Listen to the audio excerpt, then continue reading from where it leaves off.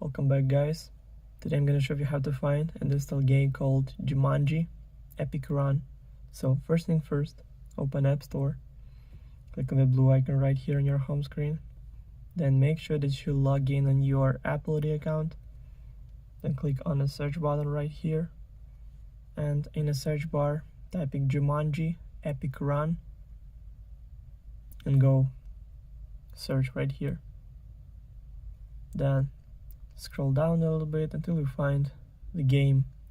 So click on that, then click get, then install, then confirm installation through Face ID or Touch ID or using password from your Apple ID account. So now it's all done. The game is 218.1 megabytes. Also, all links will be in the description of this video. Hope you guys enjoy. Thank you for watching.